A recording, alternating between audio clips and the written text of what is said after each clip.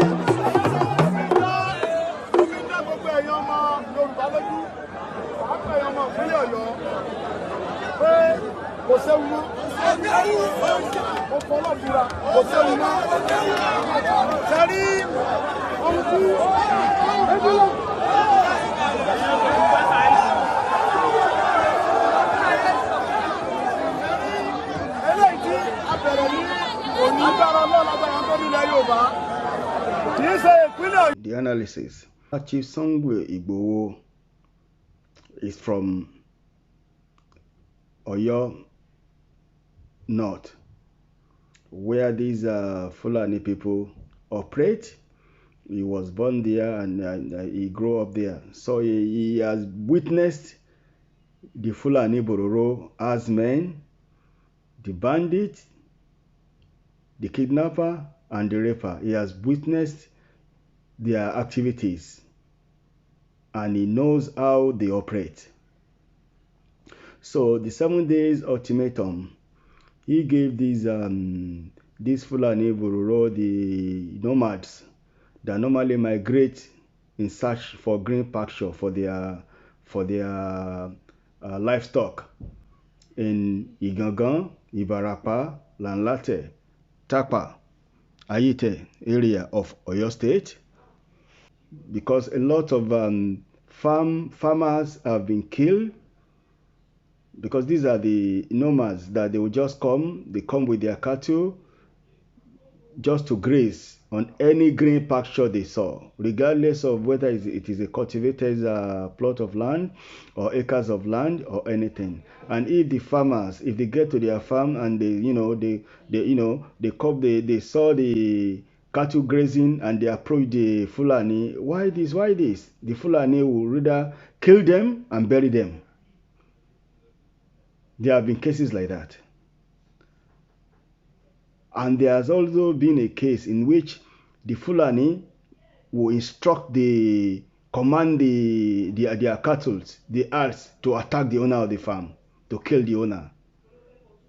I know of a man that have been machete on they use cutlass on his head by this Fulani. When the man get to his farm in the morning, he saw cattle grazing on his cultivated acres of land. And here is a retired man. He's a retired man that is operating on Nigerian Agricultural and Cooperative Bank loan in Oyo North then. And this man was giving serious machete on the head. So this is unfair. This is unfair. And apart from that, these bandits, the Fulani Herdsmen, these bandits, they are so mean. They are rapers. There have been a case of a rape. They marched us through into the bush, firing into the sky. They hit me on my chest, hit my daughter on her head. Blood oozed. At this time, it was better to kill me. I shouted at one of the armed men. His response was hell. He went straight for my private part, tore my dress with his gun. The others ripped my dresses. I was left with my undies. My husband and my daughter started crying. Two of them dug their teeth into my breasts. While attending a secondary school in Adamawa, I had lived with some Fulani, so I understood a few Fulani words. I started pleading, at least for my daughter. To my shock, at gunpoint, they removed the dress of my little girl. One of them carried her on his head as a baby. On his head as my baby struggled, shouting, "Daddy, Mommy, what's going on? Help me!" I could not help myself. We marched for 9 hours. I was half naked. My daughter was totally naked. Her tears was like a stream of blood on her cheeks. Our phones had been seized. We ended up in an ungoverned region in the thick of the forest. We met a well-organized group. There were some kidnapped victims. I saw 2 women, 2 ladies and 3 men. There were some people with their legs chained to trees. They were as if half dead. We were separated. I was separated from my husband.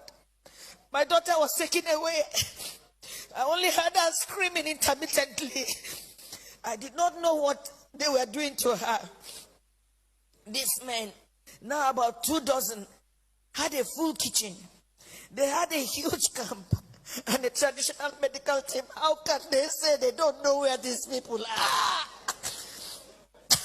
How can they say that? But the camps appeared isolated from each other. We heard noises afar, indicating it might be nuclear settlements of camps. Right in my presence, I saw them pack the remains of a woman. They took her and buried her a few meters away from us. She had tribal marks. I cannot describe the agony of 6 days in captivity in this little piece. I cannot talk about how they asked my husband to choose between myself being raped or his daughter being raped. My husband broke down in uncontrollable tears. One of them hit him saying, "Yoruba bastard, you dey cry, idiot." They now gave him an option that he should be raped by one homosexual among them. My husband, a devout Muslim. My husband is a devout Muslim. He told them that homosexual and rape of any kind was against Islam. They hit him with a butt of AK-47. What do you know about Islam? You can imagine you are being asked to choose between being raped by a homosexual, your daughter just 9 years old, or your wife being raped. They gave the fourth option. If you fail to choose one, we would rape your daughter, rape you, the man, and rape me, the wife. I made myself the sacrificial lamb. My husband begged, saying they should name any price. One of them asked him to bend down. 3 beastly criminals sat on his back, jumping until he was too weak to stand.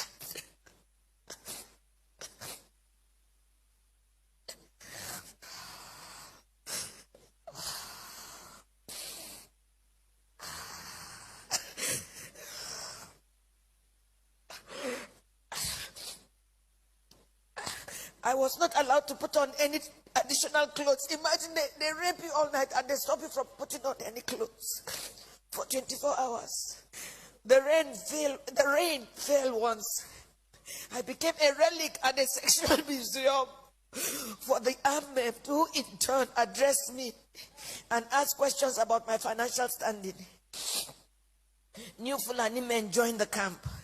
They organized military training for the new Fulani men that came, teaching them how to shoot and walk through circles of glowing fire. They were not released until after 6 days. We were not released until after 6 days. We had to walk the same zigzag journey back to the main road, our eyes blindfolded. During the negotiation to pay, they said the money was not for them alone, that they had to settle those who sent them. For me, I see a thriving organized crime supported by powerful political interests. Now, I do not think we were released to freedom after paying a whopping 8 million naira. I do not think we can ever be free.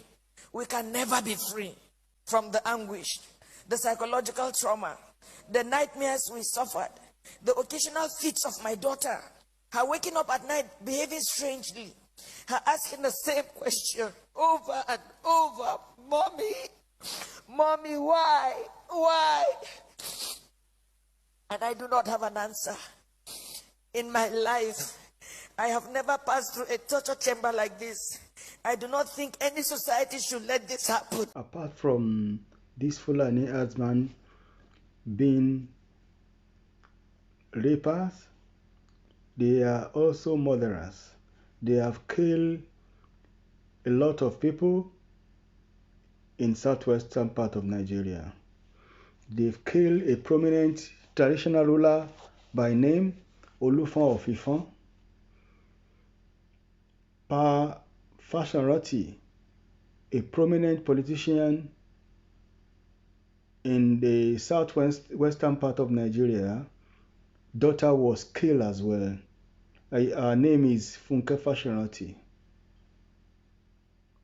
Also, they killed Dr. Fatai Borode, who operates a large-scale farming in Ibarapa local government of Oyo State.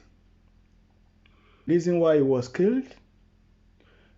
Because that the Fulani Herdsmen allow their cattle to graze on the acres of land of Dr. Borode, and he went to them to appeal to them. Why is this happening? They tie him down, they kill him.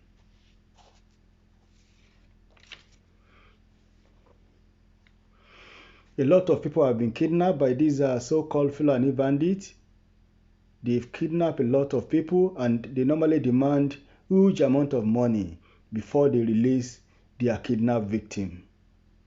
So any attempt by the federal government to take action on Sunday Igboho to arrest him or kill him or imprison him is going to be counterproductive. So federal government need to tread carefully, to be extremely careful in dealing with this case. Why these Fulani people are doing wins, they are doing as they like, is because of an action. The government, the federal government of Nigeria is not taking any action to curb them, to caution them, to stop them. Neither do the local government were able to stop them from carrying out their activities. The soldiers cannot stop them. The state government cannot stop them. The federal government cannot stop them. So that's the reason why they've been doing these activities, just migrate with their herds to Oyo State, and Keshi, Igangan, Ibarapa, Ayete area. Just allow their cattle to feed on cultivated acres of land by the indigenous of the place. This is quite unfair, it's quite unfair. And the Yoruba people that lives in Zamfara, in Kebbi, in Sokoto State, they live there, but they respect the law of the land. They respect the law of the land and where they live, where they live there. They know that the people they are living with there, they are Muslims. Have you ever seen a Yoruba man raising pig in Zamfara, Kano, Kebbi State? Have you ever seen any Yoruba man raising? If at all they raise, do they allow the pig to roam about? No. No, they live there. The Yoruba people that are living there, they live there. They obey the law. They respect the people that live there. So why would Fulani Herdsmen come to the south and disregard law that is operating? Disregard the people that are living in the southwest part of the country. They believe they just do what they like, because the federal government is not taking any action. The federal government is not sensitive to the people's plight, the people of the southwestern Nigeria plight. That's the reason why Sunday Igboho step and action is a good step in the right direction, because federal government neglected their duty to caution these Fulani herdsmen. Local government neglected their duty to caution these Fulani herdsmen, and state government neglected their duty to caution these Fulani herdsmen. So Sunday Igboho, Chief Sunday Igboho is on the right track. Leave your comment. God bless.